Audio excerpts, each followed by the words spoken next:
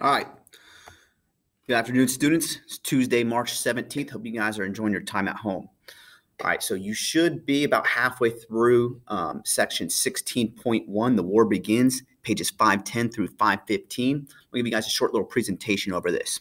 Starting off with John Brown.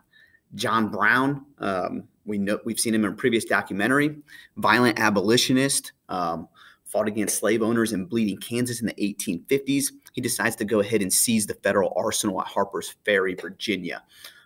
This insurrection, or this taking of Harper's Ferry, will be put down by then Colonel Robert E. Lee of the U.S. Army.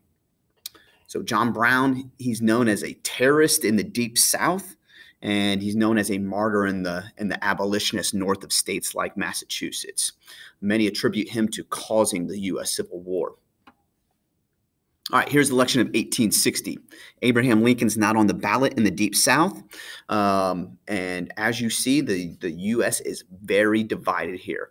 As a result of this election, the Deep South goes ahead and secedes or leaves the Union.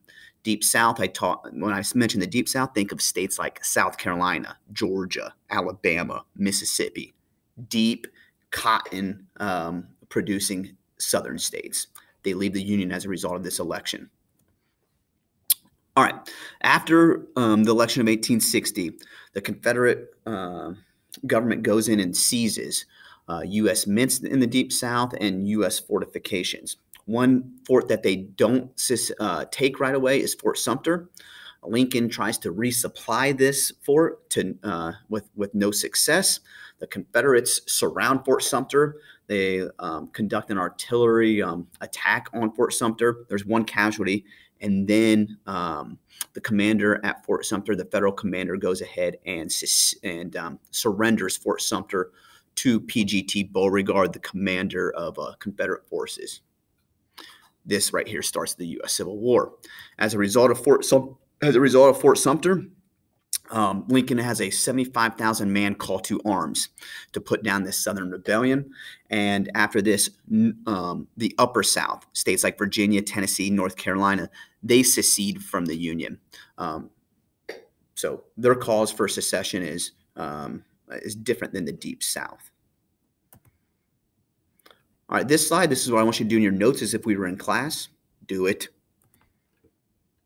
On this spot in April 23rd, 1861, Robert E. Lee takes command of the Virginia Armed Forces. He has officially left the U.S. This is also in Richmond, Virginia. This is where President Jefferson Davis gave his speech in 1862. All right, two different plans. The Northern strategy for success is the Anaconda Plan.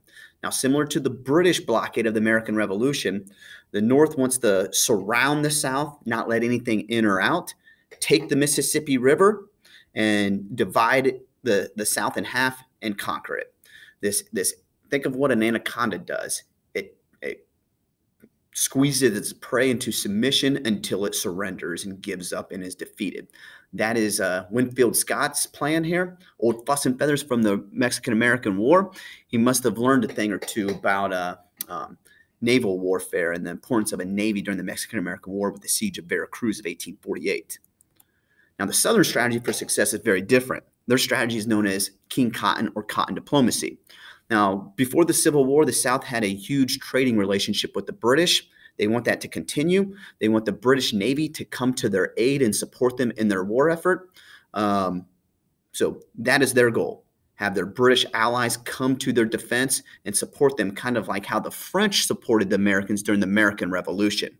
So will Robert E. Lee be the next George Washington? Will the South have a European Navy come to their aid similar to the American Revolution? We'll see. To be continued.